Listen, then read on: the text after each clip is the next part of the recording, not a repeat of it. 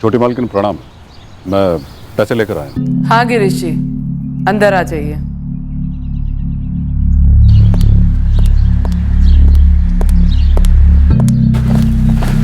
प्रणाम सरकार।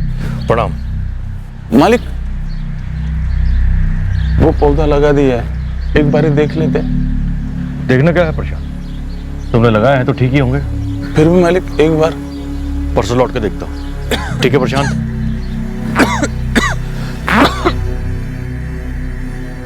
नमस्ते शिवानी जी। नमस्ते गिरीश। ईशा बेटा, देर हो रही है, जल्दी करो।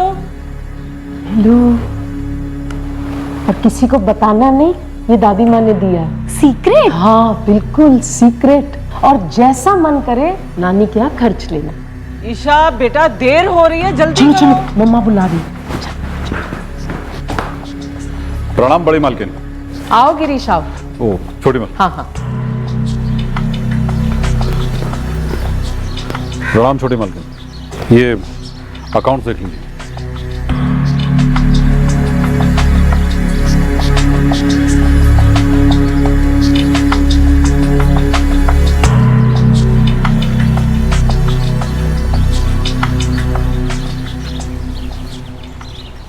माँ, परसों तक लौट कर आते हैं। ठीक है बेटा, आराम से जाना।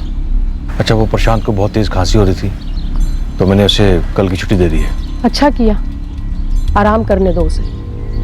और मैं और पद्मिनी संभाल लेंगे बगीचे का काम।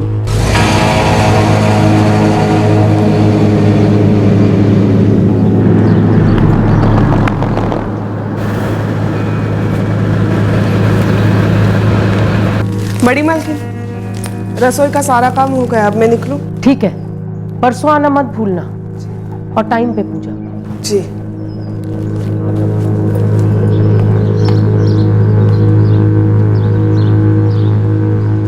ये 7 लाख है। चलता हूँ। प्रणाम छोटी मालकिन।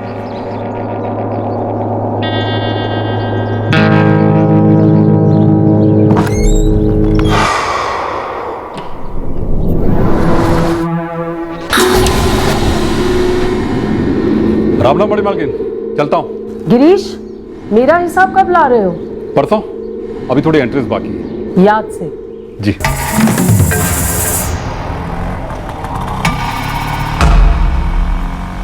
इस राजघराने में कल बहुत कुछ होने वाला है, बहुत कुछ। और इस बहुत कुछ की प्लानिंग शायद आज ही के दिन हुई थी, पर अगले दिन के बाद वाली सुबह इस कांड का पिटारा खुला। भयंकर कांड।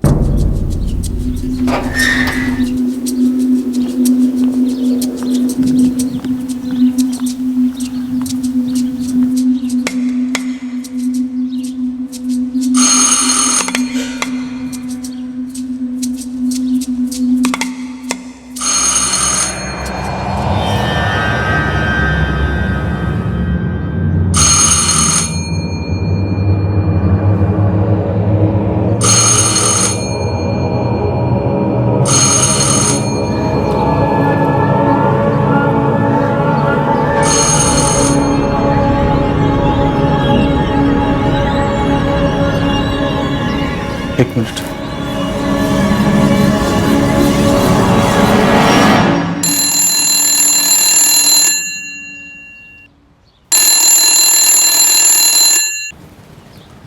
फोन भी कोई नहीं उठा रहा है। आदित्य साहब आज आने वाले थे, उन्हीं से पूछता हूँ।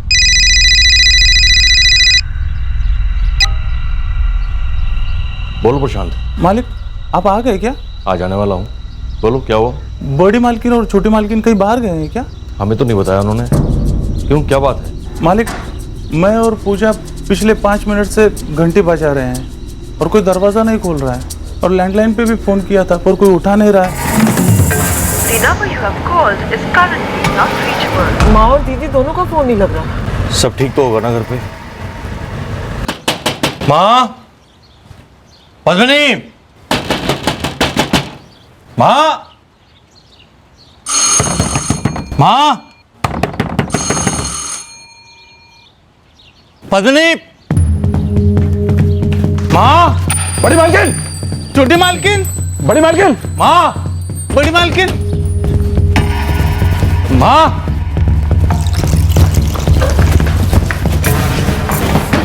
हाँ पद्मिनी, बड़ी मालकिन, छोटी मालकिन, बड़ी मालकिन, छोटी मालकिन, पद्मिनी, हाँ।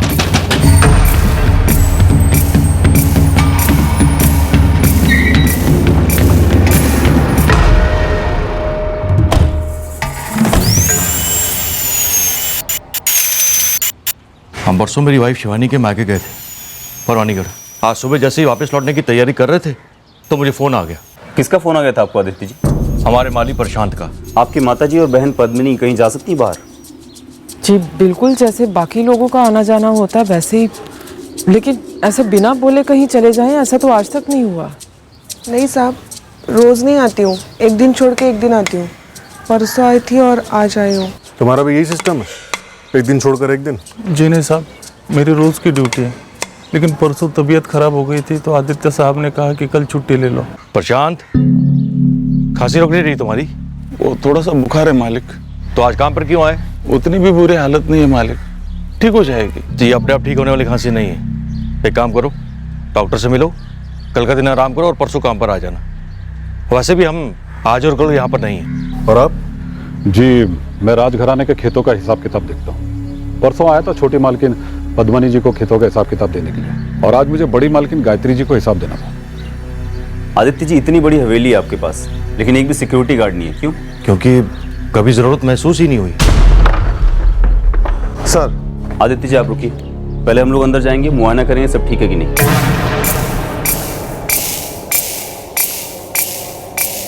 इंस्पेक्टर, माँ और पद्मिनी का रूम ऊपर है।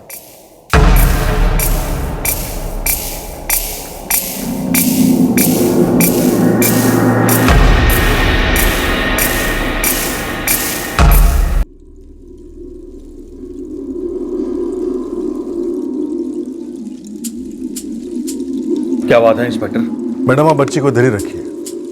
आदित्य जी, आप दोनों हमारे साथ ऊपर चलिए। हुआ क्या है ऊपर? बच्ची बाहर प्लीज।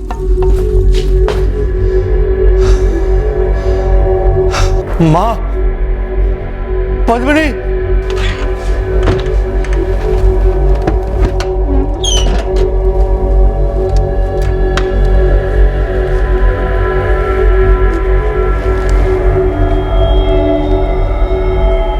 सर अजीब है, कबर्ड का दरवाजा खुला हुआ है लेकिन किसी ने कैश को हाथ भी नहीं लगाया, लाखों में है।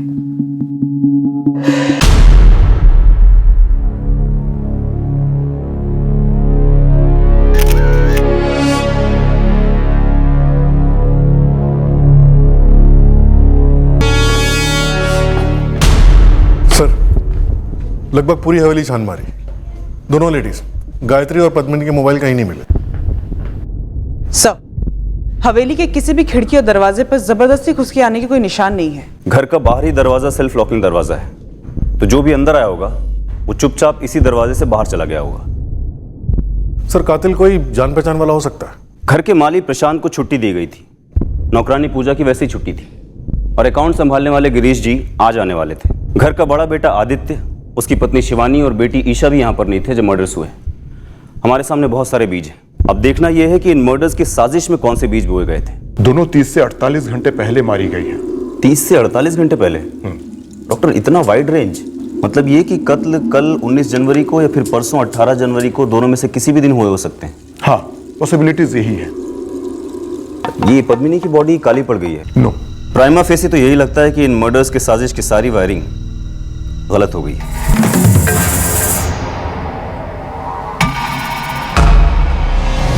प्लान शायद ये था कि दोनों औरतों को इलेक्ट्रोक्यूट किया जाए ताकि देखने से लगे कि शॉक की वजह से एक्सीडेंटली दोनों मर गई। शायद। वैसे डबल मर्डर केस है इंस्पेक्टर, उस घर में पिछले 48 घंटे के अंदर कुछ तो बहुत ज्यादा गलत हुआ है। डॉक्टर, गलत तो हुआ है, अब ये पिछले 48 घंटों में हुआ है या बहुत समय से होता चला आ रहा है, ये तो सिर्फ समय बताएगा। क्या 48 घंटे पहले प्लानिंग हो चुकी थी? 18 जनवरी को गायत्री देवी का बेटा आदित्य, उसकी वाइफ और बेटी 2 दिन के ट्रिप पर जाते हैं। स्टाफ भी वहां 2 दिन नहीं जाता, सीधे 20 को पहुंचते हैं। अजीब बातें कई हैं। सबसे अजीब बात यह है कि इतनी बड़ी हवेली में एक ही नौकरानी थी और वो भी ऑल्टरनेट डेज आया करती थी। और हवेली का माली भी 18 को ही बीमार पड़ता है, और 19 को उसे छुट्टी दे दी जाती और 18 को या फिर 19 को इस हवेली में डबल मर्डर होता है। हमने हमारी इन्वेस्टिगेशन एक स्पष्ट संदेह के साथ शुरू की कि घर की दाल में ही कुछ काला था।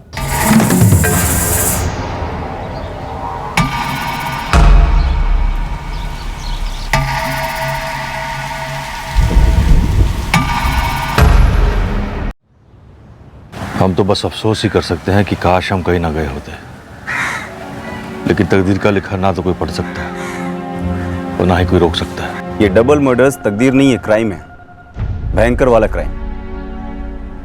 ये परवानीगढ़ जाने का प्लान अचानक बना था? जी नहीं, एक अरसे से हम शिवानी के माता पिता से नहीं मिले थे। आपका ये ट्रिप प्लान होता है 18 जनवरी को और वापसी का प्लान बनता है 20 जनवरी को। जी। आपका मुनीम गिरीश भी 18 तारीख को आता है और फिर गायत्री जी के हिसाब के लिए समय लेता है 20 तक। जी, ये उनके बीच में बात हुई होगी, मुझे उसके बारे में पता नहीं है। और आपकी नौकरानी पूजा, वो भी 18 के बाद सीधे 20 तारीख को आती है, अजीब सी ऑल्टरनेट ड्यूटी के हिसाब से। और 19 तारीख को मैंने मेरे माली प्रशांत को छुट्टी दे दी थी। और ये दोनों मर्डर्स 18 या 19 जनवरी को ही हो जाते हैं। और आप कह रहे हैं कि ये इत्तेफाक नहीं, साजिश है? आदित्य जी, मैं कह नहीं रहा हूँ, जाहिर सी बात है कि एक साजिश है।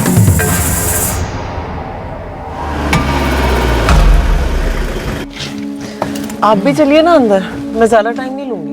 अरे मैं कहाँ, तुम दो सहेलियों के भरत मिलाप में अपनी नाक अड़ा हुआ यार। तुम ईशा को लेकर वैशाली से मिल लो, मैं एक काम निपटा के आता हूँ। ठीक है, जैसी आपकी मर्जी, लेकिन आदित्य हमें मैक्सिमम 1 घंटे के अंदर निकलना है, तो आ जाना। हाँ ठीक है। 18 जनवरी को हम लोग लगभग यही कोई 11:30 बजे घर से निकले थे। पर ये प्लान कब बना था शिवानी जी? प्लान? कैसा प्लान? मायके जाने का प्लान। क्यों, कोई और भी प्लान बना था क्या? देखिए, कोई प्लान नहीं बना था, बस 17 जनवरी की रात को मैंने अपने हस्बैंड से बात की कि मम्मी के घर जाकर आते हैं, तो उन्होंने बोला ठीक है कल चलेंगे। बस हमारा मेरी पत्नी शिवानी के मायके जाना, ऐसा भी कौन सा बड़ा गुनाह हो गया इंस्पेक्टर? आप अपनी पत्नी के मायके गए और गुनाह आपके घर में हो गया आदित्य जी। अगर मुझे पता होता कि ऐसा होने वाला है तो क्या मैं ऐसा होने देता?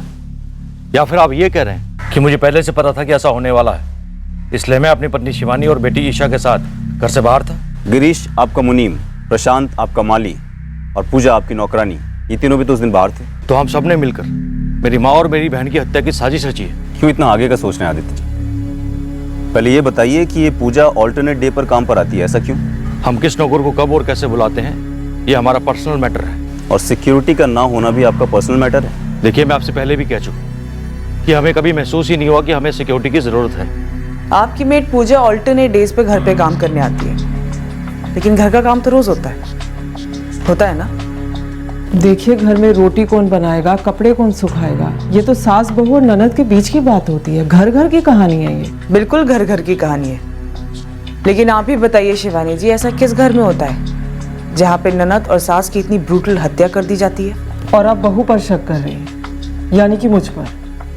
करने की कोई वजह और ना करने की कोई वजह? शिवानी जी, जिन ऑल्टरनेट डेज पर आपकी मेड पूजा काम करने नहीं आती थी, घर का काम कौन करता था? जूठे बर्तन सिंक में रखना एक तो सेहत के लिए ठीक नहीं है, और दूसरी बात, ये हमारे खानदान की परंपरा नहीं है। जी दीदी।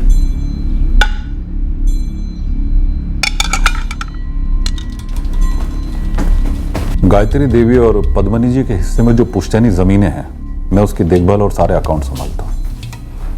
जमीनें बढ़ चुकी हैं माँ, बेटी और बेटे के बीच। ये तो बड़े मालिक की मर्जी थी, इसलिए मरने से पहले वसीयत में तीनों को अपने अपने हिस्से दे दिए थे। आप गायत्री देवी और पद्मनी का हिस्सा संभालते हैं, आदित्य का क्यों नहीं? क्योंकि वो अपने जमीन का हिसाब किताब खुद ही संभालते हैं। अकेले? हवेली का माली प्रशांत कभी कभार उनकी मदद कर देता है, काफी खास है उनका। हाँ, प्रशांत चंडेल को बुखार था तो वो दवाई लेने के लिए आया था 18 तारीख को। बाकी वो उस दिन काम पे गया था या नहीं, ये मैं कैसे बता सकता हूँ आपको? मैं यहाँ पिछले 10 साल से काम कर रहा हूँ साहब। प्रशांत, 10 साल काफ़ी होते हैं किसी को ठीक से जानने के लिए। राजघराना है साहब, लेकिन देखिए ना, इतने सीधे संस्कारी लोग, फिर क्या हो गया? बड़ी मालकिन और छोटी मालकिन को किसी ने मार डाला। कोई बचाने वाला भी तो नहीं था। ताज्जुब होता है कि इतनी बड़ी हवेली है लेकिन कोई सुरक्षा नहीं, एक भी सिक्योरिटी गार्ड नहीं। साहब, छोटा मुंह बड़ी बात, ये बात मेरे मन में भी कई बार उठी थी, लेकिन किस मुंह से मालिक से बात छेड़ता? मैं ठहरा नौकर आदमी। प्रशांत, हमें लगता है कि ये कत्ल घरेलू मामलों की वजह से हुआ है। क्या ऐसा कुछ है जो तुम जानते हो, जो हमें पता होना चाहिए लेकिन हम नहीं जानते?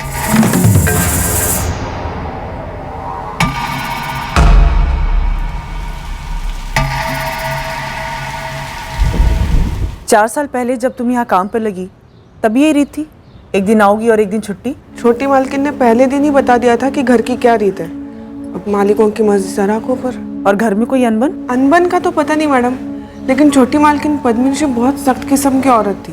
मतलब बात बात पर डांटती थी, सब पर गुस्सा करती थी। किसे डांटती थी? शिवानी जी को? डांटती तो सभी को थी, पर शिवानी भाभी पर ज्यादा गुस्सा करती थी। शिवानी, शिवानी। जी दीदी। 4 बजे माँ के लिए चाय जाती है, 4:05 हो रहे हैं और अभी तक चाय नहीं गई। हो क्या रहा है यहाँ पे? दीदी मैंने पूजा से कह दिया था बनाने के लिए। पूजा ने अभी तक चाय नहीं बनाई तो तुमने उससे पूछा भी नहीं कि क्यों नहीं बनाई? घर के नौकरों पर अपनी गलतियां मत थोपो, जल्दी से बोलो उसे चाय बना कर लाए, या मैं बोलूं अगर वो तुम्हारी नहीं सुनती तो।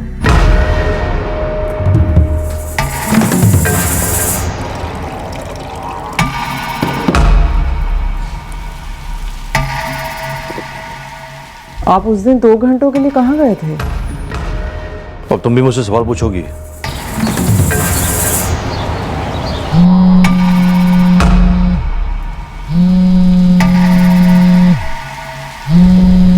गिरीश जी, एक बात सच सच बताना, अब जो गायत्री देवी और पद्मिनी को रास्ते से हटाया गया है, तो ये पूरा पूरा रास्ता किसके लिए खुलता है? जाहिर सी बात है सब कुछ आदित्य जी को ही मिलेगा, क्योंकि परिवार में अब वही एक बच्चे हैं। तेरे चेहरे की हिचकिचाहट काफी कुछ कह रही प्रशांत चंदेल। बेहतर होगा कि जो कुछ जानता है उगल दे। साहब मैंने वही कहा जो मैंने सुना है। प्रशांत चंदेल, तूने सच सुना है या तो हमसे झूठ बोल रहा है, ये तय करना हमारा काम है। साहब बिजली टूट पड़े अगर मैं झूठ बोलूं? पता नहीं गायत्री देवी और पद्मिनी जी ने कौन सा झूठ बोला था जिन पर वाकई बिजली टूट पड़ी। साहब जी, पद्मिनी जी और आदित्य साहब की बनती नहीं थी। किस बात को लेकर? वो जमीन बंजर हो चुकी है। हम रोज जो अनाज खाते हैं उसी बंजर जमीन से आता है आदित्य। जमीन हाईवे को लगकर है पद्मिनी। बिल्डर वहां पर होटल बनाना चाहता है, जिसके लिए वो हमें अच्छे खासे पैसे देने के लिए तैयार है। बेचने के लिए इससे अच्छे दाम नहीं मिलेंगे हमें, और ना ही इससे अच्छा समय आएगा। पर मुझे नहीं बेचनी वो जमीन आदित्य। वो जमीन माँ और सिर्फ माँ की है। तुम अपनी मर्जी क्यों थोप रही हो उन पर? क्यों दिमाग खराब कर रही हो माँ का? माँ का दिमाग इतना कमजोर नहीं है आदित्य, न कभी था और न कभी होगा कि कोई भी उसे खराब कर सके। माँ, समझने की कोशिश करो प्लीज। बिल्डर जो आज दाम देने के लिए तैयार हुआ है वो कल नहीं मिलेंगे। पिछले 12 सालों में जमीन के दाम सिर्फ बढ़ते ही जा रहे हैं आदित्य, पर लगता है माँ के लिए इज्जत घटती जा रही है। जब तक माँ जिंदा है वो जमीन नहीं बिकेगी। तो सीधे कहो ना कि तुम्हारा इरादा ये है कि माँ सारी की सारी जमीन तुम्हारे नाम पर छोड़ जाए। और तुम्हारा इरादा है अपनी जमीन बचाकर रखो, बाकी सबकी जमीनें बेचकर पैसों में हिस्सा लो। क्यों? आदित्य, पद्मिनी, चुप हो जाओ तुम दोनों। शुरुआत किसने की थी माँ? बिल्डर का ऑफर कौन लेकर आया था आदित्य? मैंने कहा ना, चुप हो जाओ तुम दोनों। मुझे नहीं बेचनी वो जमीन।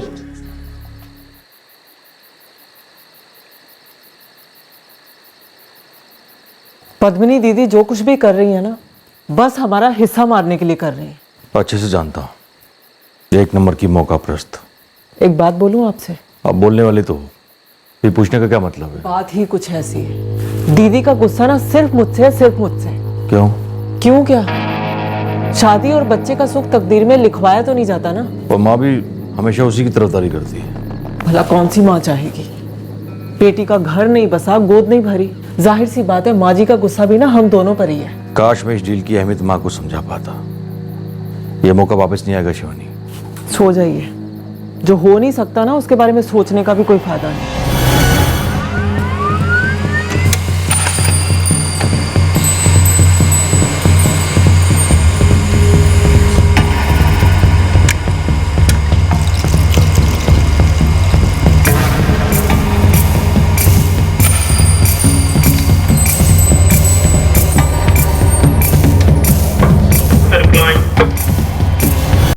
सर, गायत्री और पद्मिनी के फोन रिकॉर्ड स्कैन हो चुके हैं।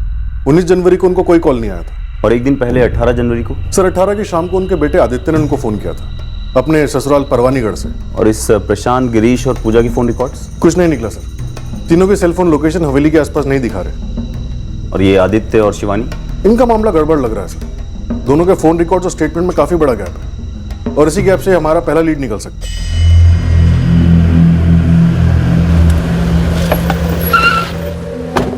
हाँ मंगेश, क्या बता रहे थे तुम इस हीटर के बारे में?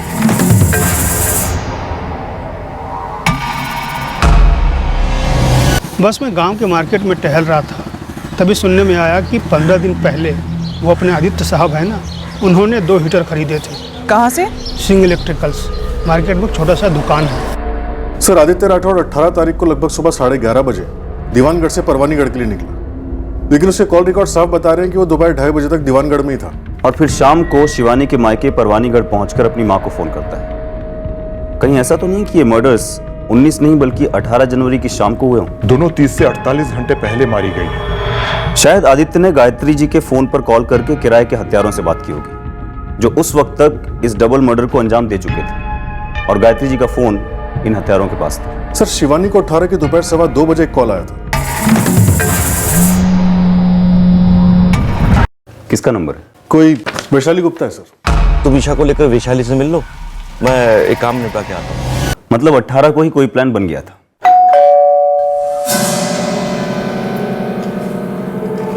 शिवानी, ओए कैसी है? मैं अच्छी हूँ।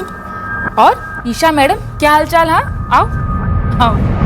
हाँ जी, शिवानी मेरी फ्रेंड है।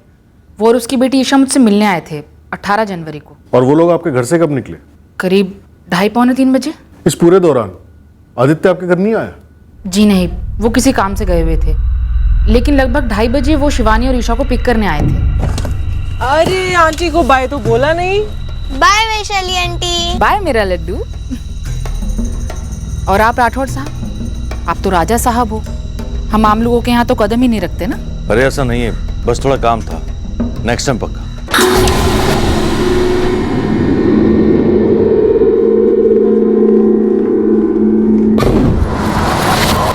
आदित्य, एक मिनट बात सुनना। हाँ बोलो शिवानी।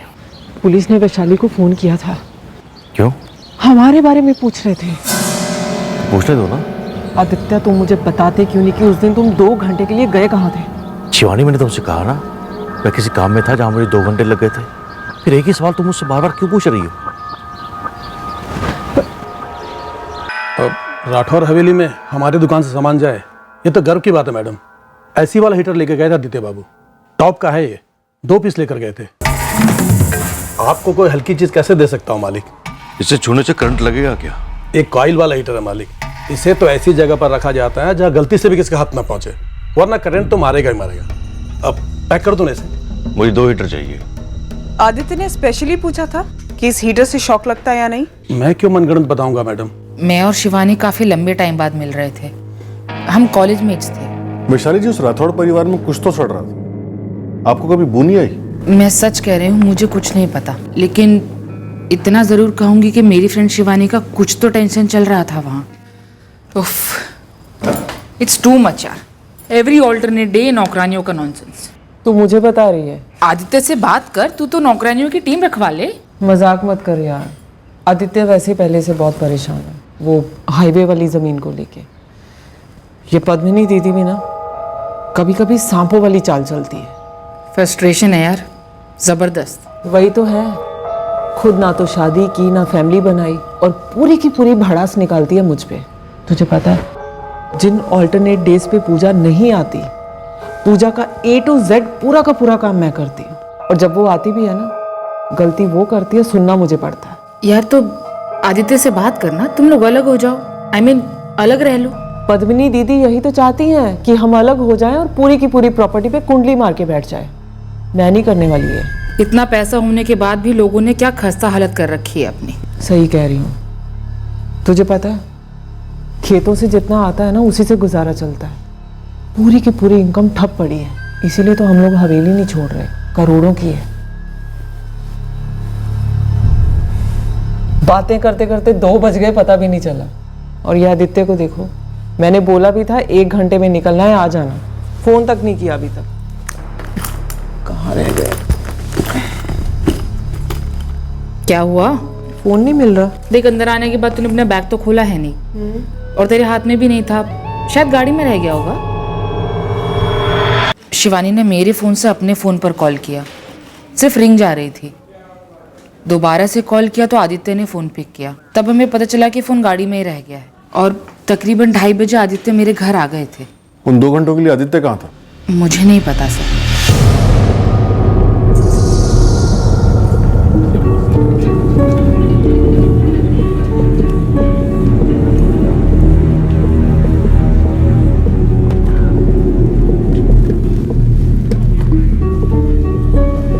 लेटेस्ट मॉडल किधर से मिला बे तुझे? तुमसे मतलब? आम खाओगे या पेड़ गिनोगे? लेटेस्ट मोबाइल है, लेटेस्ट दाम लगाओ। मैं वैशाली के घर क्यों नहीं गया? क्योंकि मुझे बोर होना पसंद नहीं है, जैसे मैं अभी हो रहा हूँ। शिवानी और वैशाली के बीच में सहेलियों वाली बातें होती जिनका मुझसे कोई ताल्लुक नहीं है। लेकिन यहाँ जो बातें हो रही हैं उसका ताल्लुक सिर्फ और सिर्फ आपके साथ है। 18 जनवरी को दोपहर 2:30 बजे तक कोई जरूरी काम कर रहे थे आप? हाँ। क्या काम आ गया था आपके हस्बैंड को? नहीं पता, ये तो मुझे अब तक नहीं पता कि वो किस काम से गए थे। अचानक होने से क्या प्रॉब्लम है इंस्पेक्टर? क्या आप अपनी पत्नी और बच्चों के साथ अचानक बाहर नहीं जाते? क्या कभी कोई प्रोग्राम नहीं बनता? बिल्कुल बनता है, लेकिन आपके इस प्लान के साथ इत्तेफाकों का एक कारवां भी तो बना है आदित्य जी। कैसे? 17 जनवरी की रात को अचानक शिवानी जी के मायके जाने का प्लान बनता है। अगले दिन रास्ते में किसी पुरानी सहेली वैशाली के घर रुकने का प्लान बनता है, और वहां भी सिर्फ शिवानी जी वैशाली से मिलती हैं, आप नहीं। आप किसी रहस्यमयी काम के लिए गायब हो जाते हैं और उसके बाद किसी को नहीं बताते कि वो काम क्या था। कहाँ गए थे आदित्य जी? मैं एक पर्सनल काम से गया था। कौन सा पर्सनल काम? मैंने कहा ना पर्सनल। आदित्य जी, हमें पता है कि आप कहाँ थे। तो बताइए, बताइए।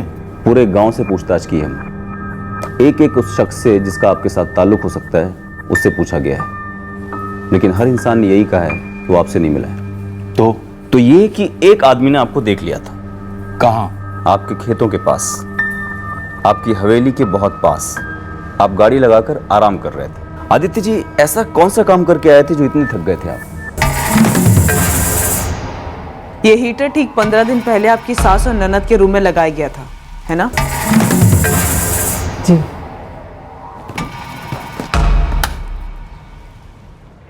माँ, सर्दियों में ये हीटर कमरे को गर्म रखेगा। क्यों तकलीफ की बेटा? माँ, आप बहुत बदल गई हो। क्या हुआ आदित्य? आप मुझसे ऐसे फॉर्मल पेश आती हो जैसे मैं आपका बेटा नहीं पर आया हूँ। जब से मेरी शादी हुई है तब से। ऐसा कुछ नहीं है, इधर आओ, मेरे पास बैठो।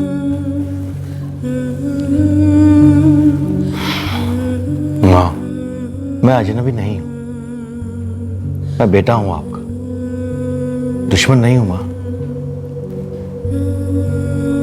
प्लान ये था आपका कि इन मर्डर्स को एक्सीडेंट का रंग दिया जाए या फिर शायद सुसाइड का।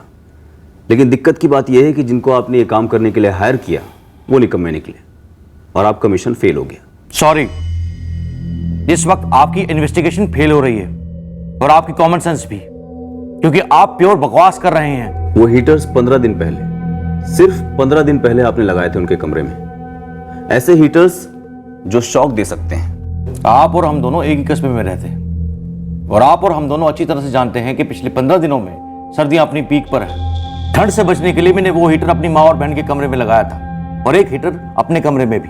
और आपने सिंह इलेक्ट्रिशियंस के मालिक शंकर सिंह से खास तौर पर पूछा था, डबल चेक किया था कि क्या हीटर के कॉइल को छूने से उससे शॉक लग सकता है। पूछा था, बिल्कुल पूछा था, ताकि ये बात मैं अपनी माँ और बहन को बता सकूं कि हीटर का स्विच ऑन करके कमरे से बाहर ना जाए, क्योंकि उस कमरे में मेरी छोटी बेटी ईशा आती जाती रहती है। अगर गलती से भी ईशा ने उस कॉइल को छू लिया तो कुछ भी गलत हो सकता है। लेकिन आप है कि बात को पता नहीं कहां से कहां ले गए। आपके और पद्मिनी के बीच में कोई अनबन चल रही थी? मनगढ़ंत कहानियां बना रहे हैं आप लोग हमें फंसाने के लिए। माना कि आदित्य की पद्मिनी दीदी के साथ और यहाँ तक कि कभी कभी माँ जी के साथ भी अनबन रहती थी, लेकिन वो किसी का कत्ल करने या करवाने वाले आदमी नहीं है। अनबन कंटिन्यू थी, छोटी छोटी बातों पर, बड़े बड़े मसलों पर तनाव भी रहता था, लेकिन इसका कारण मैं नहीं था, वो पद्मिनी थी, जिसके दिमाग का पारा 24 घंटे चढ़ा रहता था। मैंने आज तक तुम्हारे आदमी गिरीश के खिलाफ कभी आवाज उठाई है? गिरीश जी मेरे आदमी कब से हो गए? उनके दादा परदादा हमारे दादा परदादा के मुनीम थे, बस। हद है, एक पुराने मुलाजिम के लिए ये किस तरह की बहस शुरू हो गई है तुम दोनों के बीच में? माँ, पद्मिनी को कोई हक नहीं बनता कि वो प्रशांत पर चिल्ला दे। माँ, मुझे कोई ये बताएगा कि प्रशांत इस हवेली के अंदर कदम रखता कैसे है? उसे इजाजत दी किसने? कहाँ जा रहे हो प्रशांत? छोटी मालकिन, वो पिछवाड़े जा रहा था बगीचे के कुछ औजार लेने। जब आदित्य नहीं है तो तुम घर के अंदर आए कैसे? वो बगीचे का काफी काम रुका पड़ा था, और औजारों के बिना हो नहीं पाता, इसलिए आया था। तुम क्यों आते हो? सबको सब कुछ पता है। चलो निकलो यहाँ से, और आइंदा से इस घर में कदम मत रखना। बागबान हो, बगीचे तक ही रहो, समझे? पिछले 10 सालों से प्रशांत इस घर में काम कर रहा है, लेकिन तुम्हें क्यों खटकता है? क्योंकि उसे मैं लेकर आया हूं, वो मेरा वफादार है। बिल्कुल नहीं। मुझे सिर्फ इस बात की तकलीफ है कि उसने हमारे घर पर चोरी की है, और वो दोबारा चोरी नहीं करेगा, इस बात की क्या गारंटी है? पत्नी थोड़ी सनकी थी और शक्की भी। एक सेकंड में किसी पे भी इल्जाम लगा देती कि इसने चोरी की, इसने मुझे बुरी नजर से देखा, ये ऐसा है वो वैसा है। बस उसे चुप कराने के लिए कभी कभार हमारे बीच में थोड़ी बहुत बहस हो जाया करती थी, लेकिन इसका मतलब ये नहीं है कि मैं अपनी माँ और बहन का कत्ल करवाऊंगा, कभी नहीं। इंस्पेक्टर, इतनी सारी बातें साफ साफ बताने के बाद भी अगर आपको लगता है कि आपके पास कोई सबूत है तो मुझे गिरफ्तार कर लीजिए, वरना बिना सबूत का हैरेसमेंट बंद कर दीजिए। और मेरी फैमिली मैटर में दखल देना वो तो बिल्कुल ही बंद कर दीजिए।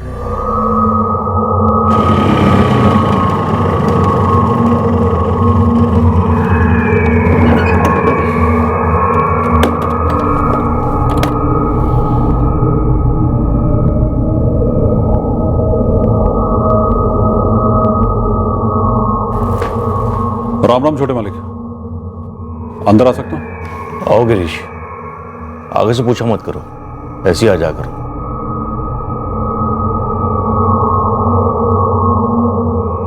सर जो कुछ भी हुआ है घर के अंदर से ही हुआ है। पूरा फायदा आदित्य को हो रहा है, लेकिन हमारे पास उसके खिलाफ रत्ती भर का सबूत नहीं है। बचा स्टाफ, माली प्रशांत, मेड पूजा और मुनीम गिरीश, इन सबके बैकग्राउंड चेक किए, क्लियर है। रिश्तों में दीवारें थी, इन दीवारों में सीलन भी पड़ गई थी।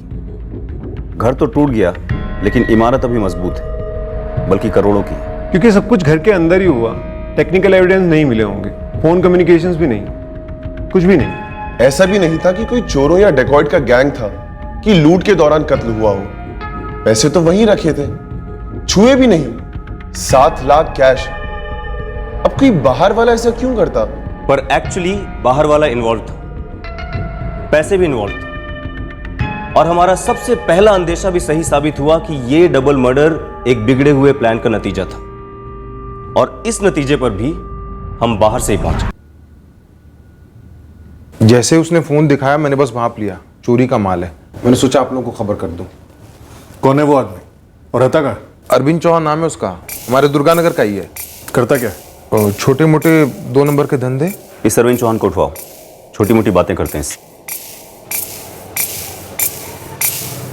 हाँ गिरीश, अंदर आ जाइए।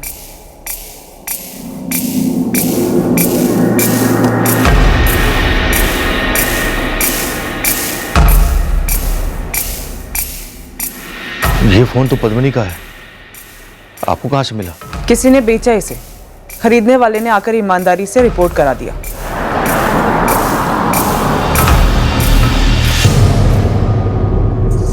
क्या हुआ साहब? अब और क्या पूछना है आप लोगों को? यही कि तेरे मालकिनों के कत्ल में तू पौधा था या पेड़? क्या? हाँ, तू माली था या तेरे ऊपर कोई बागबान था? चलो।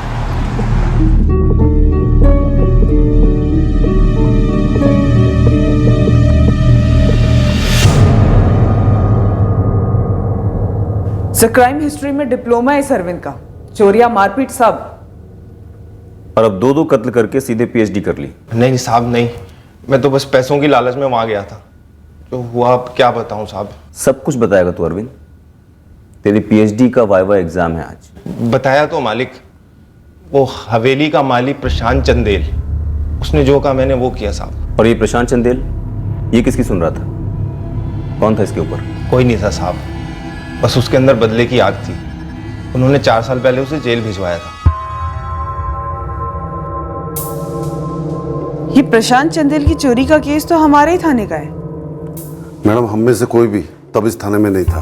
पीएसआई साहब 1.5 साल पहले आए, आप 1 साल पहले, बड़े साहब को आए हुए 6 महीने हो गए, और मुझे खुद 2 साल हो गए, और ये केस तो 4 साल पुराना है मैडम।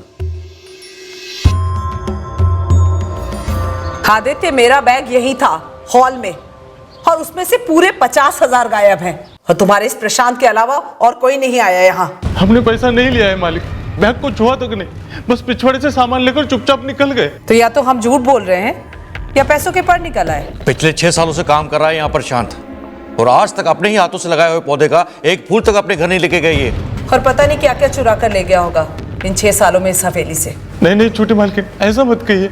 मैं कितने सालों से ईमानदारी से काम करता आया हूँ यहाँ पर, और सिर्फ साहब का ही नहीं, आपका भी तो काम करता हूँ ना। तो एक आखिरी काम और कर लो प्रशांत, चुराए हुए 50,000 वापस कर दो और आइंदा से इस हवेली में कदम मत रखना। पद्मिनी, इस हवेली के सारे फैसले सिर्फ तुम नहीं कर सकती। ये पुलिस केस है आदित्य, अब फैसला अदालत करेगी और साबित पुलिस।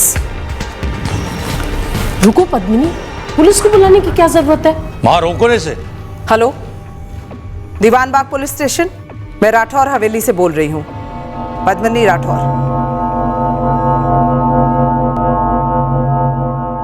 तीन दिन लॉकअप में रखा, पीटा भी, लेकिन मार खाते खाते मैं सिर्फ यही कहता रहा, मैंने चोरी नहीं की।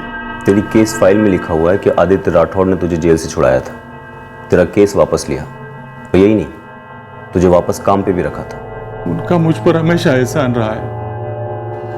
ये पद्मिनी मालकिन, उसने मेरा पैसा खाया, उसके लिए मैंने पूरे 6 महीने काम किया। जब गिरीश जी बीमार पड़े थे, पूरे 30,000 रुपए बनते थे, उस पर चोरी का इल्जाम लगाकर मेरे पैसे नहीं दिए उसने।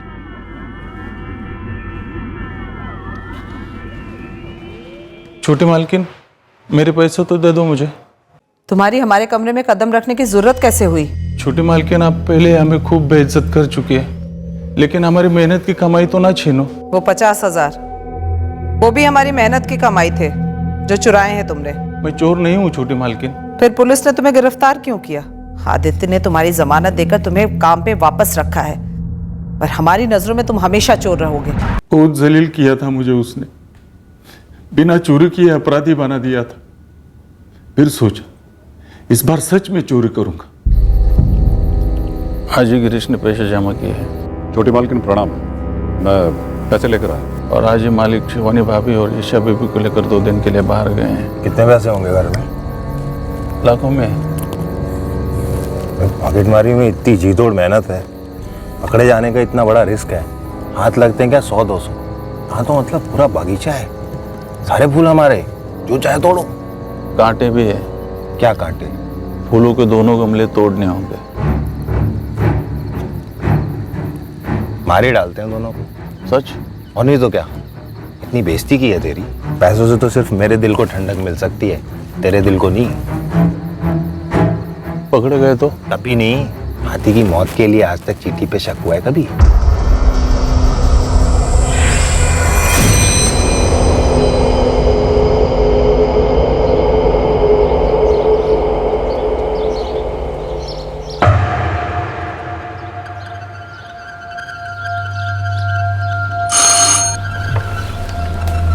सामान लेना है। कितनी बार बोला तुम्हें, आदित्य घर पे ना हुआ करे तो अंदर मत आया करो।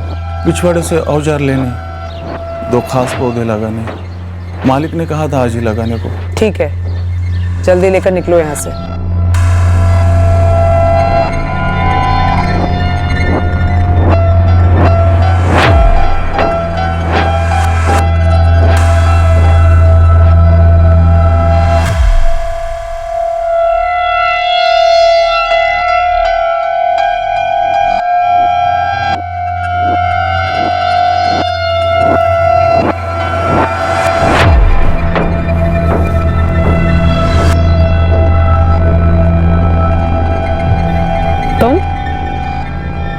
ये कौन है तुम्हारे साथ? प्रशांत, तुम अपनी हद पार कर रहे हो। अब आप दुनिया पार करोगी छोटी मालकिन। मतलब?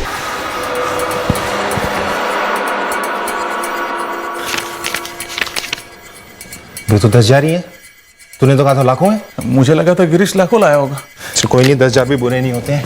बाकी इनके मोबाइल बेचेंगे, कीमती हैं काफी। अब सही है, अब लग रहा है दोनों माँ बेटी बिजली के झटके से मर गए। चल। जुर्म की दुनिया में कोई नर्सरी का भी स्टूडेंट होगा ना, तो वो भी यही बोलेगा, तुम्हारा प्लान परफेक्ट नहीं था, बल्कि परफेक्ट का उल्टा था, एकदम कच्चा। तुम दोनों को सिर्फ गलत फहमी थी कि तुम कभी पकड़े नहीं जाओगे, खासकर तुझे प्रशांत चंदेल। 4 साल से दम घुट रहा था। जब भी हवेली से कोई चीज गुम हो जाती, मुझ पर बरस पड़ती थी, पुलिस की धमकी देती थी। मैंने हमेशा तुझ पर भरोसा किया, इसलिए 4 साल पहले मैंने तुझे पुलिस से छुड़वाया था। पर मुझ पर लगा दाग तो नहीं छूटा ना मालिक। और वही झूठा इल्जाम तो मुझ पर लगाने चला था, पुलिस को गुमराह करके, कि मैंने अपनी माँ और बहन का कत्ल करवाया है। कहां गई तेरी वफादारी? गलती हो गई मालिक। लेकिन प्रशांत, तुझे मरते दम तक इस बात का अफसोस रहेगा कि तूने अपने ही हाथों से अपना बागान उजाड़ दिया, अपने जीते जी अपनी बीवी को विधवा और बच्चे को अनाथ बना दिया। इसे गलती नहीं कहते प्रशांत।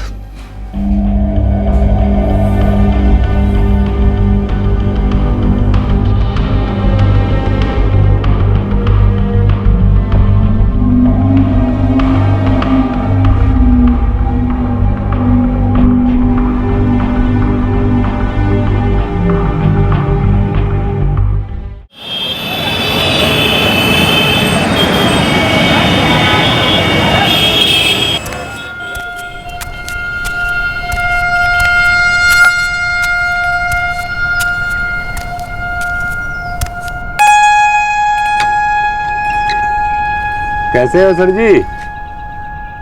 बढ़िया है बशीर। हुआ है सुबह सुबह बाजार से? हाँ, वो चॉकलेट लाए हैं पोते पोतियों के लिए। नहीं, बाहर जा रहे हैं क्या? बनारस जा रहे हैं बेटे के पास, 3 दिन में लौट आएंगे। अच्छा है। खुदा हाफिज सर जी। खुदा हाफिज बशीर मियां।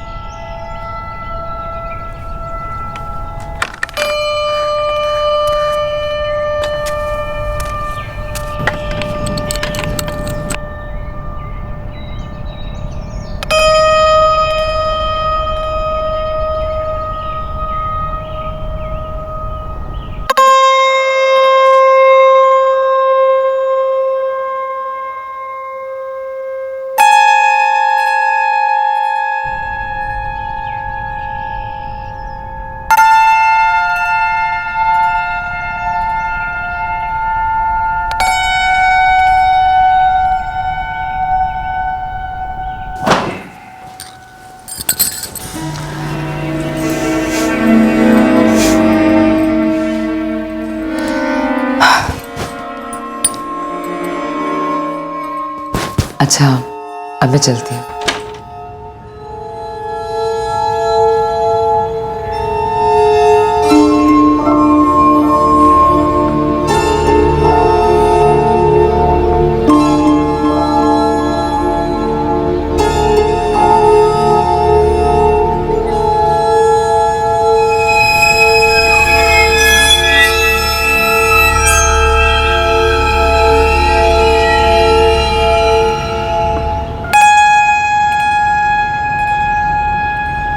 जी, अस्सलाम वालेकुम।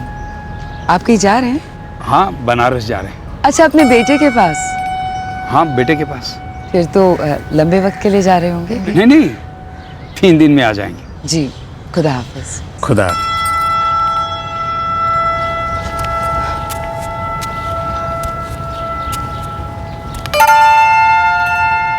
सुबह जब बशीर ने हमसे पूछा, हमने उसे बताया था कि हम 3 दिनों के लिए बनारस जा रहे हैं।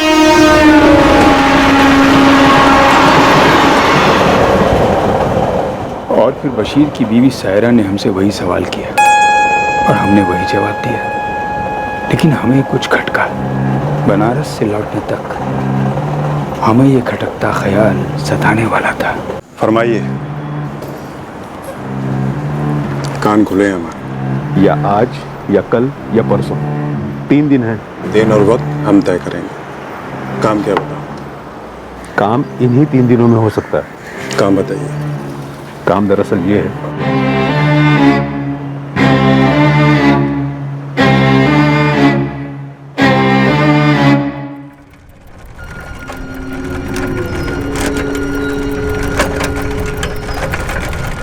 बनारस से 3 दिन बाद लौटते समय हमारी चिंता और बढ़ गई थी कि कुछ हुआ ना हो, कोई अनर्थ।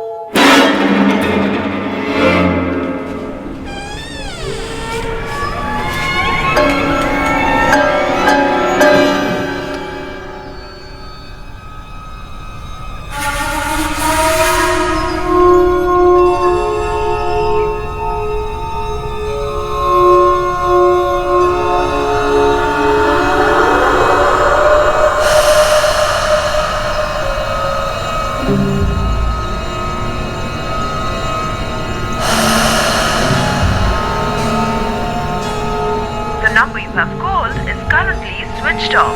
Please try again later. Thank you.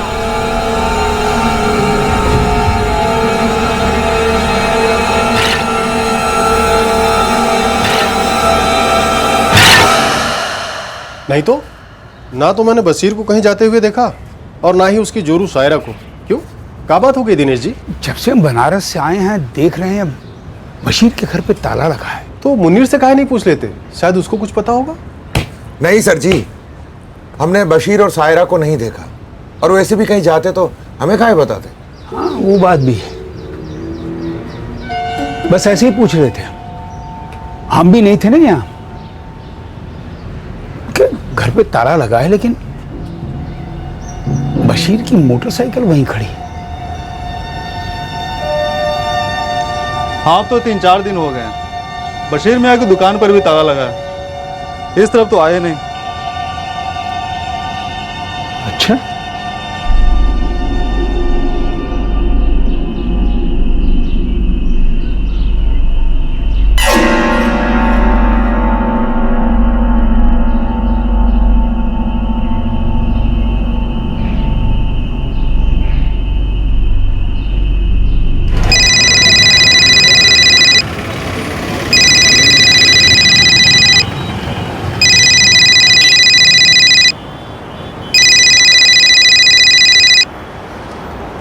जी सलाम सर जी। मुश्ताक, तेरे अब्बू और अम्मी कहाँ गए हैं? सर जी वो सायरा, वो हमारी अम्मी नहीं है, हमारी अम्मी की सौतन है। और अब्बू हमें बता के तो कुछ काम करते हैं नहीं, और ना हमें दिलचस्पी है जानने में कि वो क्या करते हैं। मुश्ताक ऐसा है, वो दरवाजे पर ताला लगा है और वो तेरे अब्बू की मोटरसाइकिल बाहर खड़ी है। घर के अंदर से कुछ वो बदबू सी आ रही है। सर अब फिरोजाबाद की बदबू यहाँ आगरे में सूंघ कर कैसे बता दूँ?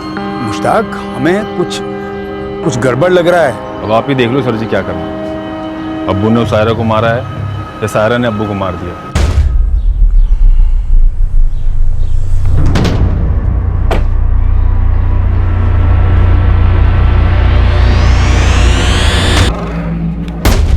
ये बशीर का अपना घर है? नहीं, किराए पे रहते हैं। मकान मालिक उस्मान कादरी है, हमने फोन कर दिया उसे।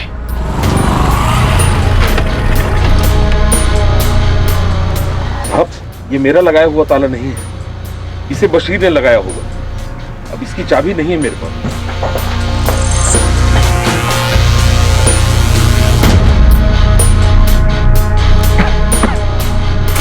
हम कल से देख रहे थे, घर बंद था, हमें कुछ ठीक नहीं लग रहा था। यही बशीर है? जी हाँ, ये घर में कोई उथल पुथल नहीं है। अलमारी खुली है लेकिन अंदर किसी भी चीज को छुआ नहीं गया है।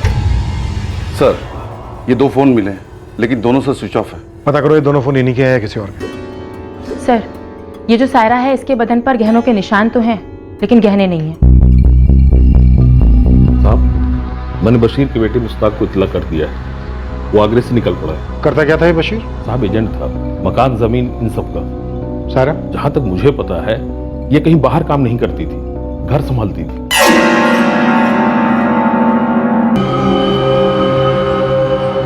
हमने बशीर और सायरा दोनों को बताया था कि हम 3 दिनों के लिए बनारस जा रहे हैं।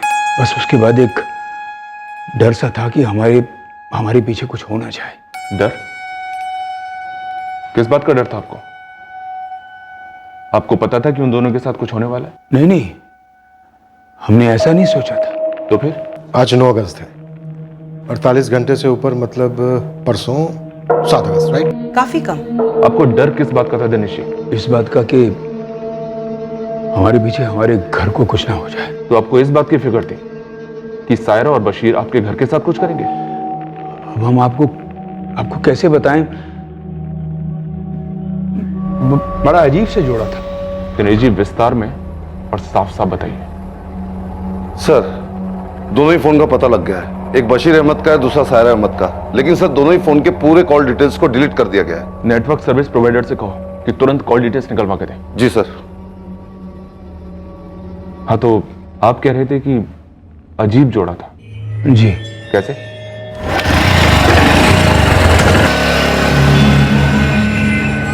हम आर्मी से रिटायर हैं, हम अपने कंपाउंड में बैठ के उसे देखते थे। पहले बशीर काम के लिए निकलता था और फिर उसके बाद सायरा। तो इसमें अजीब क्या था? पति घर से निकला नहीं और पत्नी तुरंत। क्या मतलब? क्या बताएं आपको, आप मोहल्ले में किसी से भी पूछ लीजिए, सायरा का चाल चलन ठीक नहीं था। दिनेश जी, उस बात का आपके डर से क्या ताल्लुक है वो बताइए। हमें डर था कि हमारे घर को कुछ ना हो जाए। हमसे ज्यादा तो दिनेश जी बता पाएंगे क्योंकि वो उनके पड़ोसी हैं। जो 3 घर पर थे नहीं, 5, 6 और 7, 8 को लौटे हैं वो। और ये डबल मर्डर केस हुआ है 7 अगस्त को। हमको तो कोनो मतलब है नहीं, लेकिन सब बातें करते हैं, सब जानते हैं। क्या बातें करते हैं?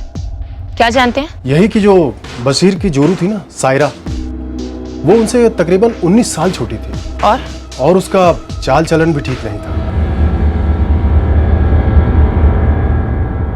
ये बशीर का बेटा मुश्ताक और ये इसकी बीवी तबस्सुम।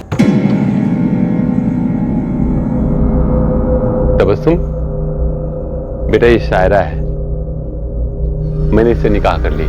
तो क्या आप हम इसे अम्मी कहकर पुकारें? तुम्हारे अब्बू की बेगम तुम्हारी अम्मी हुई ना मुश्ताक।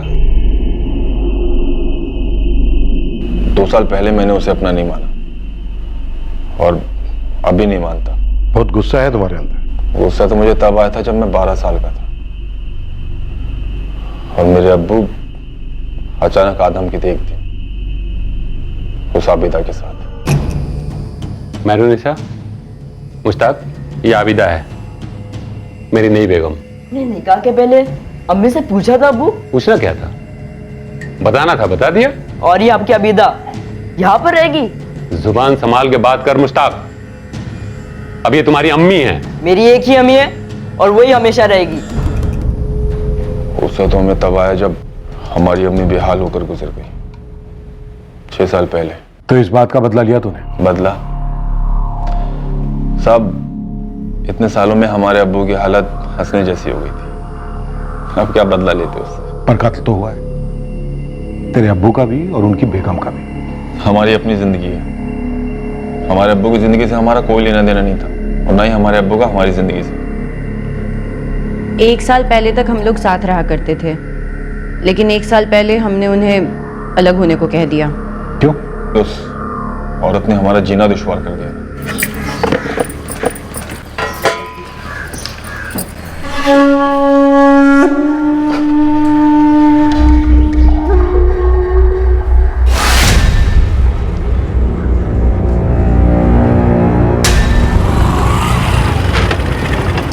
हाँ जी, हाँ जी, आप कल आ जाइए, मैं आपको जमीन दिखा देता हूँ, उसके बाद बैठ के बात कर लेंगे आराम से।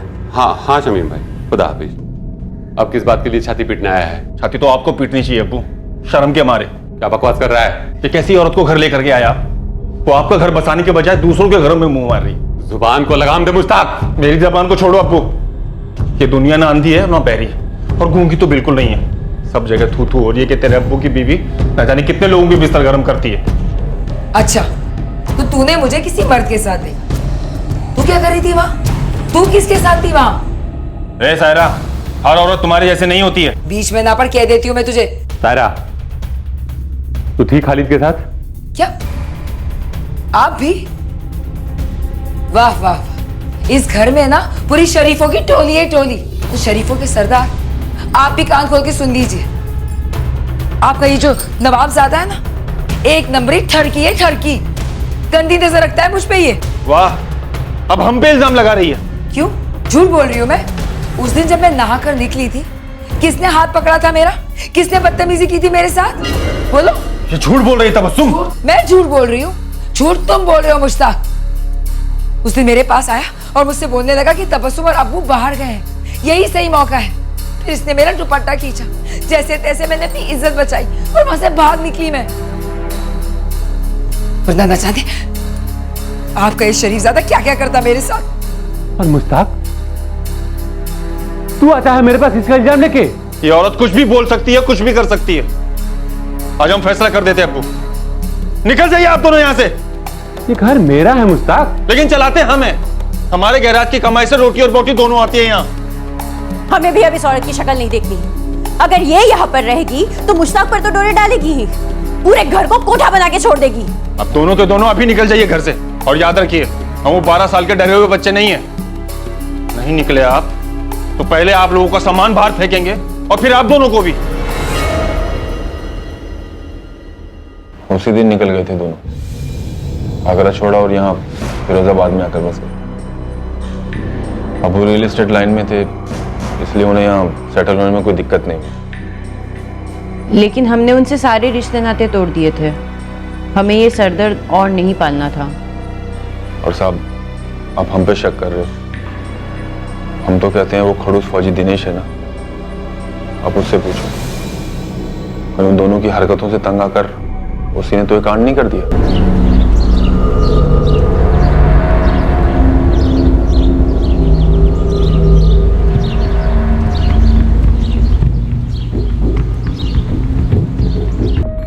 क्राइम सीन से पुलिस को ऐसा कोई भी सुराग नहीं मिला जो इस डबल मर्डर पर रोशनी डाल सकता। बशीर के मोहल्ले और सारे फिरोजाबाद शहर में खबरी फैला दिए गए और आगरा में भी इन्फॉर्मर्स एक्टिवेट किए गए, जहां बशीर का बेटा मुश्ताक और उसकी पत्नी तबस्सुम रहते थे और बशीर भी 1 साल पहले तक वहीं रहता था। इस डबल मर्डर केस के कई पहलू पुलिस के सामने आने वाले थे, सुराग भी मिलने वाले थे, लेकिन इस कत्ल का असली प्लान, असली मकसद और असली गुनहगार अभी अंधेरे में थे। लेकिन इनके रोशनी में आते ही सबके होश उड़ जाने वाले थे, क्योंकि इस साजिश की तदबीर में खोट थी। यह षड्यंत्र फेल हो गया था। तो ये सायरा थी, बशीर अहमद की बेगम, बड़ी रंगीन मिजाज की थी। इसके कई सारे चक्कर थे जनाब। इसके चक्कर रायते की तरफ फैल गए थे जनाब।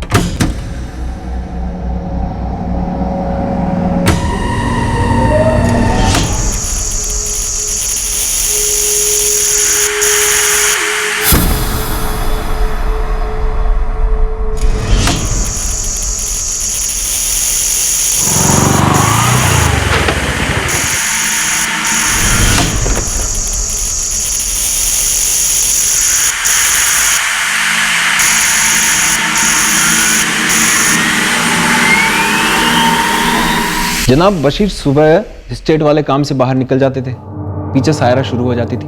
कभी किसी के घर में, सब कभी कभी तो खुद के ही घर में। मुझे टिप चाहिए। ये मर्डर क्यों हुए, दोनों को एक साथ कौन मारेगा और क्यों? जनाब, मैं तो लगा हूं, लेकिन किसी को कुछ ना कुछ खटका है जनाब। अभी खटास पुरानी है नहीं है ये पकड़ में नहीं आ रहा है। पर एक बात है। बोलना। ये बशीर का जो लौंडा है मुश्ताक, आगरा में काम करता है, उसको खंगालो। उसकी खटास तो सालों पुरानी है जनाब। साहब, 2 हफ्ते पहले बशीर अहमद अपने बेटे मुश्ताक से मिलने यहाँ आगरा आया था। बाप बेटे के बीच 36 का आंकड़ा था साहब, लेकिन उनका रिश्ता भी तो था ना।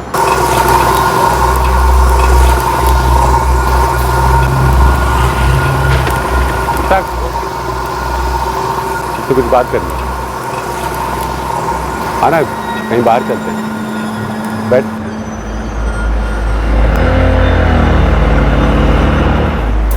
ये जो बशीर है ना, उसने मुश्ताक से पैसे लिए थे। कुछ कम रकम नहीं थे, पूरे 25,000 रुपए थे साहब। सर, सायरा और बशीर के कॉल रिकॉर्ड्स आ गए हैं। अपने मतलब का कुछ है? Yes sir. बशीर अहमद के ज़्यादातर कॉल्स उसके काम के रिलेटेड थे, लेकिन पिछले कुछ दिनों से एक नंबर पे बार बार बात हो रही थी। पता करने पे पता चला है कि वो नंबर किसी नदीम खान का है। क्या बैकग्राउंड है इस नदीम खान का? मैंने कॉल किया था तो बोल रहा था रिश्तेदार है। जी मैडम, मेरा चचेरा भाई था बशीर अहमद। बात क्या है? बार बार बात होती थी बशीर से? होती थी, मैं भी फिरोजाबाद में रहता हूँ। बात क्या है मैडम? अपने चचेरे भाई से बात करना कोई गुनाह है क्या? कोई गुनाह नहीं है। वैसे हमसे बात करना भी कोई गुनाह नहीं है। थाने आ जाओ। अभी 1 घंटे में आ जाएगा नदीम। रिकॉर्ड से कुछ और पता चला? Yes sir. बशीर अहमद की 2 हफ्ते पहले मुश्ताक से 3 बार बात हुई थी। वैसे सर, इसमें शक करने की कोई वजह नहीं है, पर सर एक फीलिंग आ रही है कि शायद कुछ है। मैंने मुश्ताक को बुलवा लिया है, ऑन द वे है।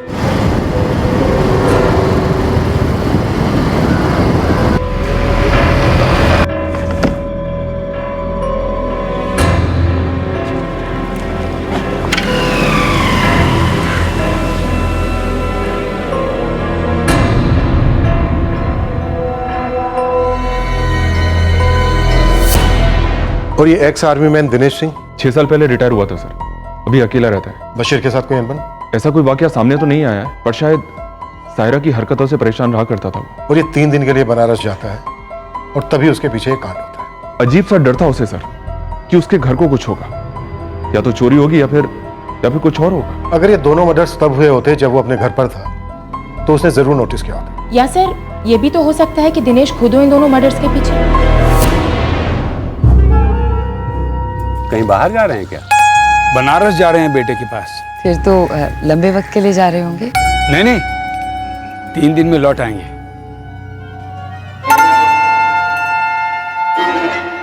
एक साजिश रची गई, एक प्लान बनाया गया। इस डबल मर्डर का कोई एक मास्टरमाइंड है और इसे अंजाम किसी और ने दिया।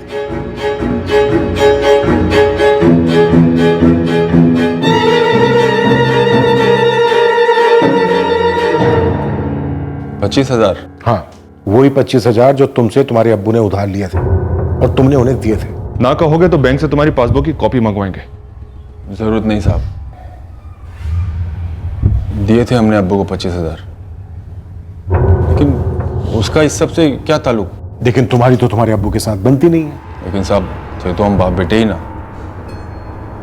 उन्हें पैसे की जरूरत थी, हमारे पास थे, हमने दे दिए। और ये कोई पहली बार नहीं जब हमसे पैसा ले रहे थे, इकलौते थे हम उनके। जब जब उन्हें जरूरत पड़ी, जितना बन पड़ा, हमने उन्हें पैसे दिए। तो इस बार कौन सी बड़ी जरूरत आन पड़ी? उन्होंने कहा उनका रियल एस्टेट का बिजनेस ठीक नहीं चल रहा है, घर चलाने के लिए पैसे चाहिए। आगरा में जो घर है जहां पे तुम अपनी बीवी के साथ रहते हो, वो तुम्हारे अब्बू के नाम पर है ना? हाँ साहब, उन्हीं के नाम पर। अब वो घर तुम्हारा हो गया। तुम्हारे अब्बू की मौत के बाद सायरा जिंदा होती तो वो घर सायरा के नाम पर जाता, लेकिन सायरा भी मारी गई। तुम्हारे रास्ते के दोनों कांटे हट गए। किसे सुपारी दी थी या खुद काट डाला? आप हम पे वाहियात इल्जाम लगा रहे हैं साहब। साहब हम गरीब हैं, इसका मतलब ये नहीं आप कभी भी उठवाकर कुछ भी कबूल करवा दोगे। साहब हम आपसे आखिरी बार बोल रहे हैं, हमारा हमारे अब्बू और उनकी बेगम के कत्ल में कोई हाथ नहीं है। अब हम जाएं? अभी के लिए जा सकते हो।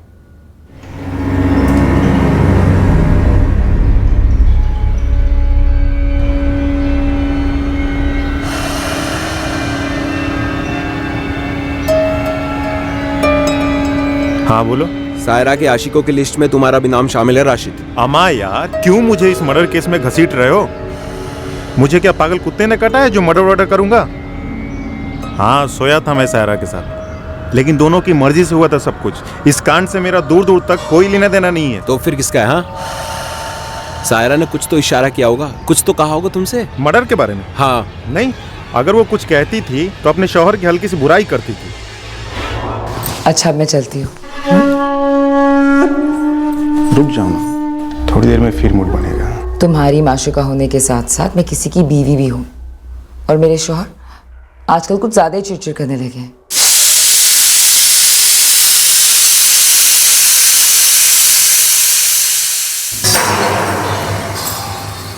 कहाँ थे तुम दिन भर?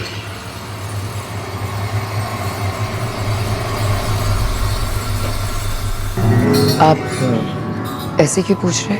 सायरा, मुझे पता है कि तुम अभी जवान हो और मैं बूढ़ा हो चुका हूँ। मुझे ये भी पता है कि मुश्ताक ने जो बात कही थी वो सच है। आप भी मुझ पे इल्जाम लगा रहे हैं? इल्जाम लगाने का वक्त खत्म हो गया सायरा। अब मैं चश्मदीद गवाह हूँ तुम्हारे अयासी का। पिछले 1 हफ्ते से मैं तुम्हारा पीछा कर रहा हूँ। वो सारे दरवाजे मुझे पता है जहां से तुम निकली हो। वो सारे चेहरे मेरे आंखों के सामने हैं जिनके साथ तुम, अरे और तो और कुछ लोग तो यहां भी आने लगे हैं। खुल्लम खुल्ला धंधा शुरू कर दिया है तुमने। आप जैसा समझ, वैसा ही है। अपनी सफाई देने की कोई जरूरत नहीं है मुझे। एक तेरी पहली बीवी थी मेहरुनिसा, आबिदा को लेके मुझे जिंदगी भर माफ नहीं की, लेकिन अपनी हया के दहलीज को कभी पार नहीं किया। आबिदा को मुझसे नहीं जमी, वो मुझे छोड़ के चली गई, लेकिन कभी मेरा नाम गंदा नहीं किया उसने। अरे तुम आप चाहते क्या है? अरे बंद करो ये अपनी घिनौनी हरकतें। उम्र की इस दहलीज पे मुझे प्यार मोहब्बत मिले या ना मिले, मैं काम चला लूंगा, लेकिन ये बेइज्जती और जिल्लत की जिंदगी में बर्दाश्त नहीं कर पाऊंगा। दिन रात नजर रखते हैं मुझ पर, अब रंगे हाथ पकड़े जाने का मुझे कोई शौक तो नहीं। फिर कब मिलोगे? मिलने की हम लाखों तदबीर कर सकते हैं, पर होगा तो वही जो तकदीर को मंजूर होगा। उसे डर था कि बशीर उसके साथ कुछ गलत कर देगा। उसके पड़ोस के फौजी को जानते हो? उस खड़ूस को कौन नहीं जानता है। खुद के लोग तो साथ रखते नहीं साले के, और सबके मामलों में नाक टांग सब बढ़ाता रहता है। बशीर भाई तो अब दुनिया में है नहीं। जब प्राइवेट में बात हुई है वो बोल रहे हैं। सब कुछ बता देना थी। बात दरअसल ये है कि बशीर भाई सायरा को लेकर बेहद परेशान थे। इन दोनों से कौन इतना परेशान था नदीम कि जिसने इन दोनों को मार दिया या मरवा दिया? बशीर भाई के बारे में बोल सकते हैं, सायरा को तो हम ठीक से जानते तक नहीं। तुमने 7 अगस्त के दिन बशीर को फोन किया था, मर्डर के दिन। हाँ याद आया। वो दरअसल बशीर भाई का धंधा बहुत मंदा चल रहा था ना, तो हमने लोगों को बोल रखा था कि किसी को कुछ खरीदना वरीदना हो तो बोलो। उसी सिलसिले में फोन किए थे। एक पार्टी आई थी इसलिए। और उसी दिन बशीर और सायरा दोनों मारे जाते। साहब हमको सपना तो नहीं आया था ना कि वो दोनों मारे जाने वाले थे। तेरे और बशीर के बीच काफी बातें होती थी नदीम, तुझे कोई भनक तक नहीं थी इस बात की ये ऐसा होगा कभी? बिल्कुल नहीं थी। वो फोन पर बात करते थे और अपने अपने काम में लग जाते थे। अब उनकी निजी जिंदगी में क्या चल रहा है ये मैं कैसे बता सकता हूं?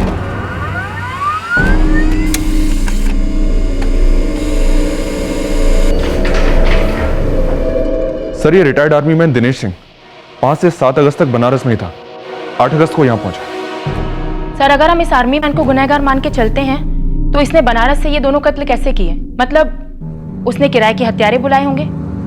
पर सर उसके कॉल रिकॉर्ड से ऐसा कुछ भी नहीं मिला। बहुत ही बारीकी के साथ प्लानिंग की गई है, इतनी बारीकी के साथ कि एक भी सुराग, एक भी सबूत मिलना हमारे लिए मुश्किल हो सकता है। खुदा हाफिज।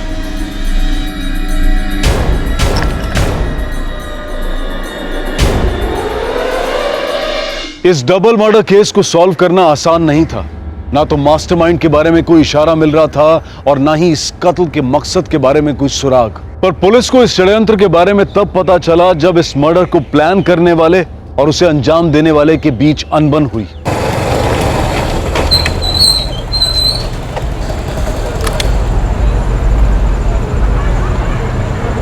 बोल अली, कुछ काम की खबर? जनाब मेरे पास एक छोटा सा कीड़ा है, आप अपने कांटे में फंसाइए और देखिए कौन सी मछली हाथ लगती है। क्या कीड़ा है तेरे पास? जनाब मैंने 1 घंटे पहले साजिद को देखा। एक ऑमलेट फ्राई और कर दे चाचा।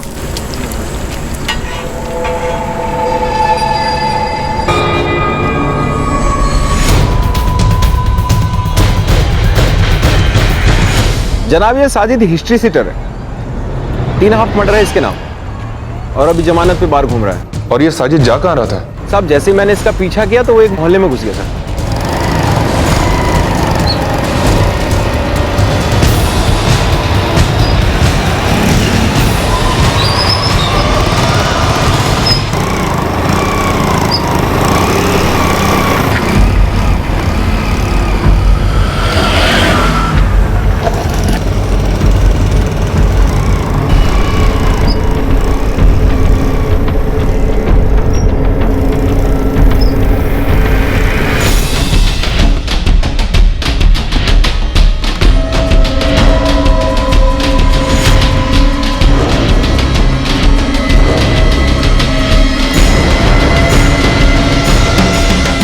जनाब वो वहां पर चुपचाप खड़ा रहा, जैसे कोई जानवर घात लगा कर नहीं बैठता है वैसे ही। फिर क्या हुआ? मैंने सोचा इससे पहले ये कोई कांड करे मैं आपको फोन घुमा देता हूँ, लेकिन जनाब उतने में वहां पे कोई आ गया। कौन आया वहां?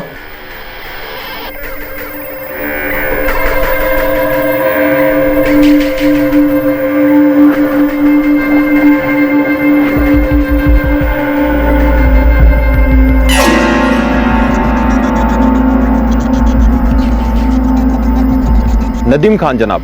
नदीम खान? बशीर अहमद का चचेरा भाई? हाँ वही जनाब, उनके बीच कुछ पैसों को लेकर लड़ाई हो रही थी। बेकार की बात ना करो नदीम, हमें अभी रोकना चाहिए। जितना था पहले दे चुका हूं, अब हमारे पास कुछ है नहीं। अरे हमने बब्बन को भी साथ में लिया था, फोकट में कोई कुछ काम करता है क्या? बोल दिया हमारे पास कुछ है नहीं, और अब यहाँ दिखाई नहीं देना। फोन में बेकार में पूरे फंसेंगे सबके सब। ये तो हमारे साथ सरासर नाइंसाफी है। अरे तुम खुद जिम्मेदार है सबके लिए, और अब निकल लो मोहल्ले से, दोबारा मोहल्ले में दिखाई नहीं देना। और कभी फोन भी मत करना। जनाब जरूर कोई 2 नंबरी काम में गड़बड़ हुई है। ये जो बब्बन की बात चल रही थी जनाब, ये भी हिस्ट्री शीटर है। 2 मर्डर केस चल रहे हैं इसमें। कौन से काम को लेकर अनबन हो रही थी? नाम नहीं लिया? नहीं जनाब, नाम नहीं लिए, लेकिन नदीम का नाम काफी है ना जनाब। नदीम बशीर का चचेरा भाई, बशीर और सायरा का कत्ल, और ये साजिद और बब्बन सुपारी उठाने वाले।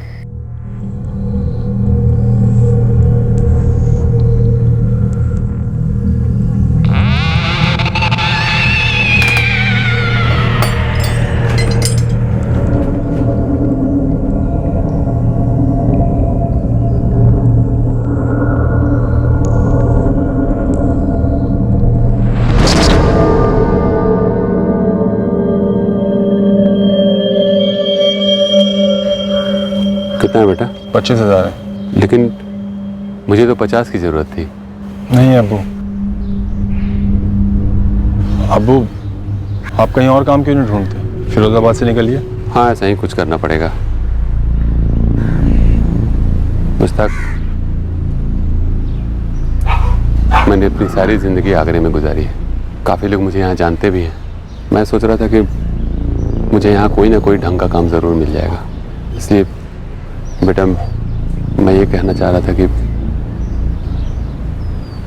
थोड़े दिन के लिए सही, लेकिन मुझे अपने घर आने दे। आप अकेले आ सकते हैं, लेकिन वो औरत उस घर में नहीं लौट सकती।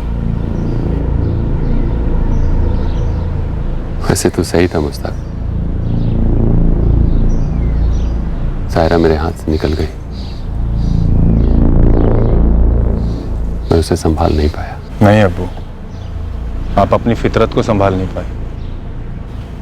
अम्मी थी, हम थे, लेकिन आपको अपने परिवार की अहमियत कभी हुई ही नहीं।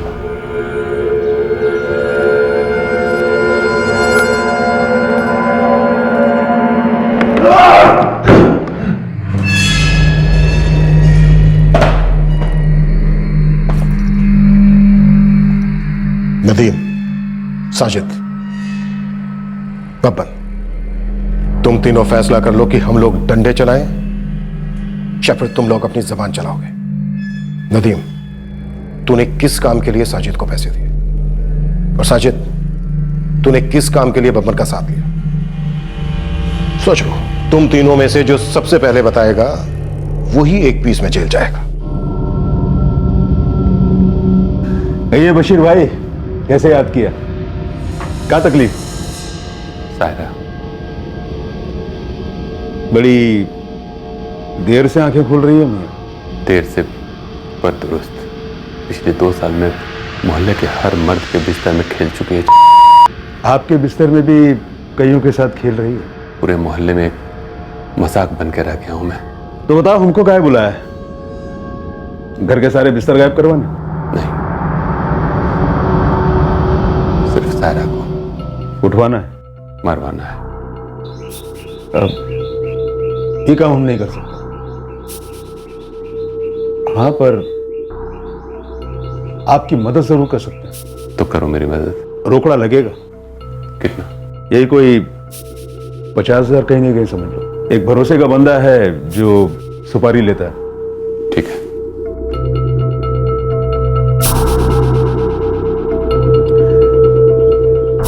$50 तो नहीं लग रहे? 25 है।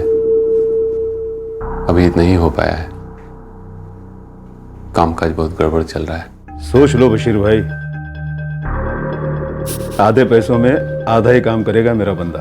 उससे बोलो इसे पेशगी समझ ले, बाकी का पैसा काम आने के बाद दे दूंगा। ठीक है, कब करना है? बताता हूँ। कहीं बाहर जा रहे हैं क्या? बनारस जा रहे हैं बेटे के पास। 3 दिन में लौट आएंगे।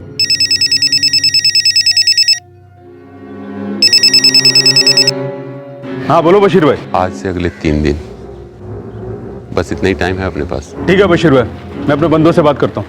ठीक है, हाथ में बस यही 3 दिन है। जो करना है अब भी करना है।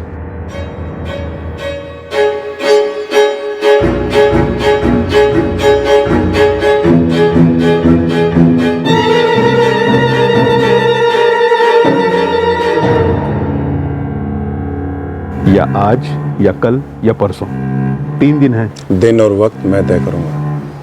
काम क्या है बोलो? काम इन्हीं 3 दिनों में हो सकता है। काम बताइए। काम दरअसल ये है कि एक ठो लड़की है, उसका काम तमाम करना है। रोकड़ा 15,000 है एडवांस। हमारी पूरी पेमेंट एडवांस की बात हुई थी। 40,000 में सौदा तय हुआ था नदी। बाकी के पैसे बशीर दे देगा काम होने के बाद। लेकिन हम बब्बन को भी साथ में लेंगे, उसको भी एडवांस देना पड़ेगा 10,000। उससे कम में मानेगा नहीं। फिर मेरे हाथ क्या बचेगा? 5,000। काम फटाफट कर दो आजकल में, और लगे हाथों बशीर से बाकी के 25,000 भी ले लो।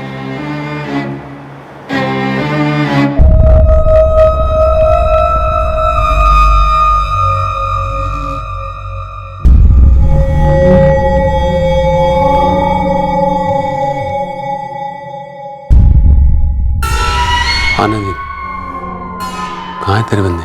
आपके घर के बाहर टेम्पो खड़ा है, 2 बंदे हैं उसमें।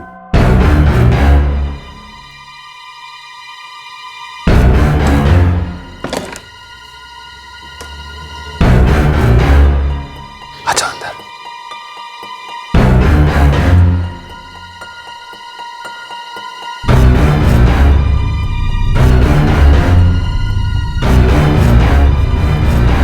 खत्म कर दो इसे।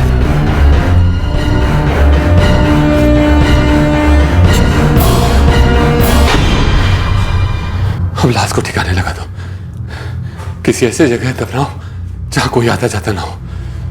सब कुछ हो जाएगा, लेकिन पहले बाकी के 25,000। पहले लाश को ठिकाने लगाओ, पैसे मिल जाएंगे। पहले पैसे चाहिए। अरे यार बोल रहा हूं ना, कल या अधिक से अधिक परसों तक 25,000 तुम्हारे हाथ में होंगे। बात सुन, खैरात में ना मैं अपने बाप के लिए सुपारी ना उठाऊं। और नदीम ने कहा था काम पूरा होते ही पूरा पैसा मिलेगा, वो भी कैश। अरे यार पैसे नहीं है तो क्या करूं मैं? एक मिनट, ये लो, जो है सब लूट लो। ये कहने मैंने जो चाहो ले। अरे तुझे हम क्या दिखते हैं बे? 2 टके के किराएदार जिनसे तू मोल भाव करेगा? अबे हम हत्यारे हैं, हमसे होशियारी करेगा? पैसे नहीं है तो मैं क्या करूं? तो भी ठीक है, लाश यहीं रहेगी, हम ठिकाने नहीं लगाएंगे। चल बब्बर। भाई लोग,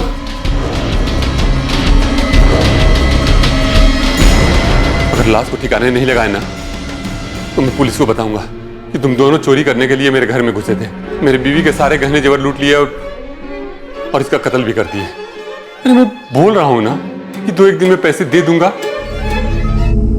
बब्बर, दोनों के फोन से कॉलेज डिलीट कर दे।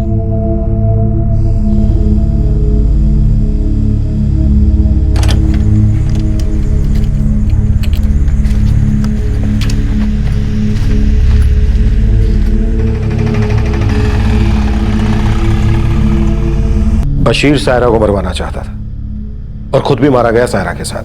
तुम दोनों ने पैसों के लिए सुपारी उठाई, पूरे पैसे भी नहीं मिले और उल्टा डबल मर्डर का चार्ज लग गया। और तीसरा आरोपी तू है नदीम। मतलब तुम तीनों की जिंदगियां तबाह हो गई और 2 लोगों की जान गई।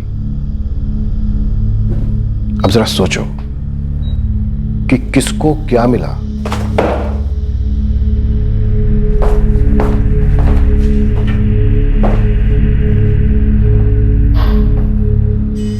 क्या बात है, आज जल्दी घर आ गए?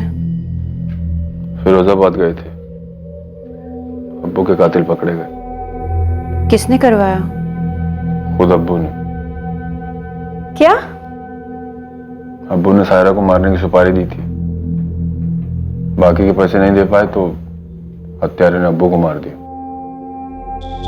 अब्बू ने जो उन पर 25,000 रुपये खर्चे थे वो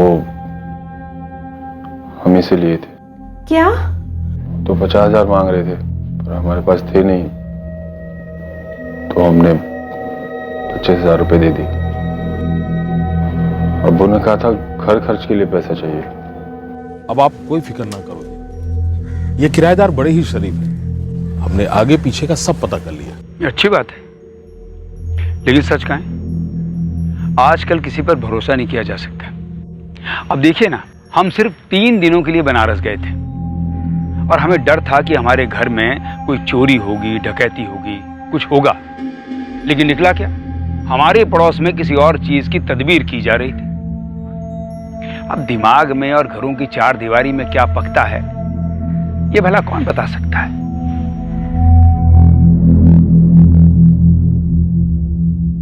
एक सिंगल मर्डर की प्लानिंग करने वाले मास्टरमाइंड की हत्यारों से अनबन के कारण यह केस डबल मर्डर का बन गया, क्योंकि मास्टरमाइंड खुद मारा गया था। इस केस में पुलिस को कोई भी डायरेक्ट लीड नहीं मिली थी, जिसकी वजह से इस केस को हल करना भी आसान नहीं था। तब तक सुरक्षित रहें, सतर्क रहकर एक अच्छे नागरिक का फर्ज अदा करें और देखते रहें क्राइम पेट्रोल सतर्क। सबक एक को, सीख हम सबको। जय हिंद। इस तरह के और भी एपिसोड देखने के लिए हमारे चैनल को सब्सक्राइब करें और बेल आइकन दबाना ना भूलें।